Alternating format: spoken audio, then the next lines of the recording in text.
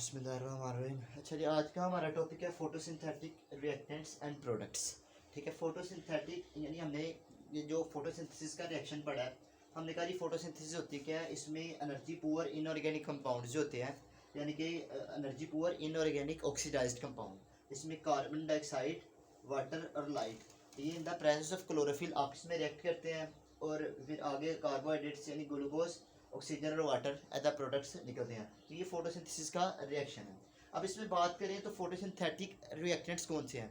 Reactants कहते हैं ऐसी चीज़ को जो आपस में रिएक्ट करते हैं, आपस में रिएक्शन करके आउटपुट में कुछ ना कुछ देते हैं। ठीक है, तो रिएक्टेंट्स की बात करें तो फोटोसिंथेसिस के लिए जो मटेरियल चाहिए होता है रिएक्ट करने के लिए, उसमें कार्बन डाइऑक्साइड, वाटर और लाइट एनर्जी। ठीक है, ये तीनों फोटोसिंथेटिक रिएक्टेंट्स कहलाते हैं। कार्बन डाइऑक्साइड, वाटर और लाइट, ये तीनों रिएक्टेंट्स रिएक्ट करते हैं क्लोरोफिल की मौजूदगी में, और बाई प्रोडक्ट्स और इस फोटोसिंथेटिक प्रोडक्ट्स क्या बनते हैं, यानी कि रिएक्टेंट्स के रिएक्ट करने के नतीजे में जो चीज़ बनती है उसे कहते हैं प्रोडक्ट्स। तो प्रोडक्ट्स के अंदर आपके पास सामने ग्लूकोज, ऑक्सीजन और वाटर, यानी कार्बोहाइड्रेट, ऑक्सीजन और वाटर, इनको हमने प्रोडक्ट्स किया। अब क्योंकि वाटर जो होता है ना वो रिएक्टेंट्स में मौजूद होता है, प्रोडक्ट्स में भी, तो दोनों तरफ देखें तो नेट यील्ड वाटर की कोई नहीं है, यानी कि कोई there is no net yield, कोई नेट यील्ड नहीं है। तो इसलिए वाटर को अगर हम सिंप्लीफाई करके क्वेश्चन को बुक में लिखा गया है कि वाटर को अगर मूव भी कर लें क्योंकि इसकी कोई नेट यील्ड नहीं है। तो ये फोटोसिंथेसिस का रिएक्शन होता है, फोटोसिंथेटिक रिएक्टेंट्स और फोटोसिंथेटिक प्रोडक्ट्स। अब पीछे हमने पढ़ा था फोटोसिंथेसिस से कार्बोहाइड्रेट्स बनते हैं। फिर हमने कहा था कि रिस्पायरेशन का प्रोसेस है जिसमें हमने कहा था एरोबिक रिस्पायरेशन, यानी ऑक्सीजन के मौजूदगी के अंदर ही ये जो कार्बोहाइड्रेट्स बनते हैं फोटोसिंथेसिस के, ये टूटते हैं।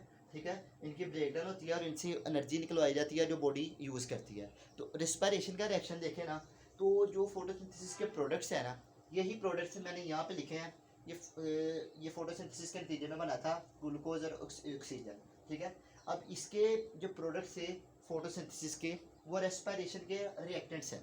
ठीक है, इसके प्रोडक्ट्स इसके रिएक्टेंट्स हैं, यानी इसमें ग्लूकोज जो है वो ऑक्सीजन की मौजूदगी में टूटा है, ब्रेकडाउन हो रही है, ब्रेकडाउन करके वो कार्बन डाइऑक्साइड, वाटर और energy as a by product में एनर्जी रिलीज कर रहा है। ठीक है, तो रेस्पायरेशन के अंदर यानी फोटोसिंथेसिस के जो रिएक्टेंट थे वो रेस्पायरेशन के प्रोडक्ट्स हैं। ठीक है, और फोटोसिंथेसिस के जो प्रोडक्ट थे वो रेस्पायरेशन के रिएक्टेंट्स हैं। दोनों का ऑपोजिट कर लें तो ये इस तरह एक काम चलता है। अच्छा, अगर हम फोटोसिंथेसिस की बात करें तो हमें पता है कि फोटोसिंथेसिस जो होती है ना, वो उसके लिए लाइट एनर्जी चाहिए होती है, सोलर एनर्जी। तो लाइट एनर्जी आपको पता है दिन के वक्त अवेलेबल होती है। ठीक है, तो फोटोसिंथेसिस का जो रिएक्शन है ना वो डे टाइम हो रहा होता है सिर्फ। ठीक है, सिर्फ दिन के वक्त हो रहा है, शाम के जब डार्कनेस फोटोसिंथेसिस नहीं हो रही होती। लेकिन जो रेस्पायरेशन है वो डे एंड नाइट दोनों टाइम हो रही है। आपको पता है कि रेस्पिरेशन एनर्जी तो चाहिए, रिलीज़ करवानी है, तो फोटोसिंथेसिस हो रही है, तो उसके नतीजे में यानी कि दिन के वक्त भी साथ साथ रेस्पिरेशन का प्रोसेस चल रहा होता है, और उसके बाद रात के वक्त भी क्योंकि ऑक्सीजन वाफर मिकदार में बनी अवेलेबल होती है, तो रात के वक्त भी रेस्पिरेशन चल रही होती है। ठीक है, ऑक्सीजन की मौजूदगी में कार्बोहाइड्रेट्स को तोड़ा जा रहा होता है। ठीक है, तो अब एक पॉइंट है कंपनसेशन पॉइंट। अच्छा, एक टाइम आता है एट डान एंड डस्क, यानी कि डान एंड डस्क, यानी कि कहते हैं कि जब सूरज ग्रूब हो रहा हो, तरीकी छा रही हो, उस टाइम को डान एंड डस्क कहते हैं। ठीक है, उस टाइम क्या होता है कि उस टाइम पे लाइट इंटेंसिटी क्योंकि कम हो रही होती है, तो लाइट इंटेंसिटी कम रह जाती है, तो इस लाइट इंटेंसिटी कम होने से फोटोसिंथेसिस, अब जितनी फोटोसिंथेसिस दिन के वक्त तो लाइट ज़्यादा है तो फोटोसिंथेसिस ज़्यादा हो रही है, उसके नतीजे में ज़्यादा ऑक्सीजन बन रही है, वो रिलीज़ की जा रही है। ठीक है, तो ज़्यादा ऑक्सीजन बन रही है, तो इस लिहाज से रेस्पिरेशन भी साथ साथ चल रही है। दिन के वक्त फोटोसिंथेसिस ज़्यादा है, रेस्पिरेशन उसके नतीजे में फोटोसिंथेसिस के क्योंकि प्रोडक्ट ज़्यादा है तो रेस्पिरेशन कम है।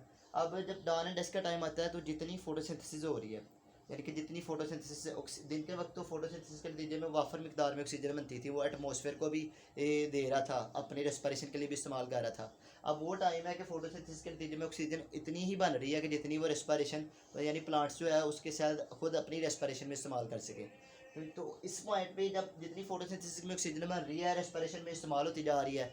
ठीक है, तो कोई एटमॉस्फेयर को फ़ायदा नहीं हो रहा कि कोई एक्स्ट्रा ऑक्सीजन बन के एटमॉस्फेयर में नहीं जा रही, यानी जितनी फोटोसिंथेसिस हो रही है उसके दिन बनने वाली ऑक्सीजन रेस्पिरेशन इस्तेमाल कर रहा है, तो दोनों प्रोसेस इक्वल हो जाते हैं। कोई no net exchange between leaves and atmosphere और लीव्स के दरमियान ऑक्सीजन का कोई नेट एक्सचेंज नहीं हो रहा था। तो इस पॉइंट को हम कहते हैं कंपेंसेशन पॉइंट, यानी यहाँ पे कंपेंसेट हो गया, जितनी फोटोसिंथेसिस हो रही है उसके नतीजे में जो ऑक्सीजन हमारी उतनी वो रेस्पिरेशन के अंदर यूज़ हो रही है। ठीक है, और एक और टर्मिनोलॉजी है कि अगर जब आपको पता है लाइट इंटेंसिटी ज़्यादा होगी, ठीक है, लाइट इंटेंसिटी बढ़ेगी।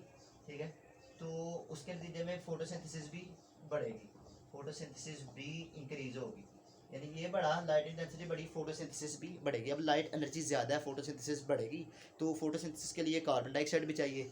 तो अब अगर लाइट एनर्जी ज़्यादा आई, फोटोसिंथेसिस में बढ़ना है, तो कार्बन डाइऑक्साइड भी ज़्यादा चाहिए होती है। लेकिन अगर लाइट एनर्जी ज़्यादा होती है तो इतनी कार्बन डाइऑक्साइड यानी, क्योंकि आपको पता है कि रेस्पिरेशन के नतीजे में कार्बन डाइऑक्साइड बन रही होती है, लेकिन वो इतनी नहीं बन रही होती कि जब लाइट एनर्जी ज़्यादा हो कि वो जितनी रेस्पिरेशन से कार्बन डाइऑक्साइड बन रही है वो सारी उतनी, यानी वो इसकी ज़रूरत को पूरा नहीं कर पाती फोटोसिंथेसिस की। तो उसके नतीजे में होता क्या है कि अगर रेस्पिरेशन से बनने वाली कार्बन डाइऑक्साइड अकेली अब उतनी फोटोसिंथेसिस नहीं करवा सकती जितनी लाइट अवेलेबल है, जितनी होनी है।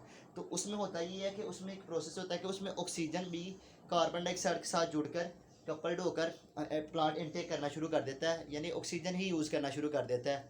ठीक है, फोटोसिंथेसिस के लिए कार्बन डाइऑक्साइड के साथ ऑक्सीजन अपटेक करना शुरू कर देता है। ठीक है, तो इसका प्रोसेस पूरा तो डिस्कस नहीं किया हुआ, तो बस ये 2-3 प्रोसेस है। कंपनसेशन पार्ट इसमें शॉर्ट क्वेश्चन आता है। ठीक है, और बाकी दोनों की क्वेश्चंस का पता हो, दैट्स ऑल अबाउट इट।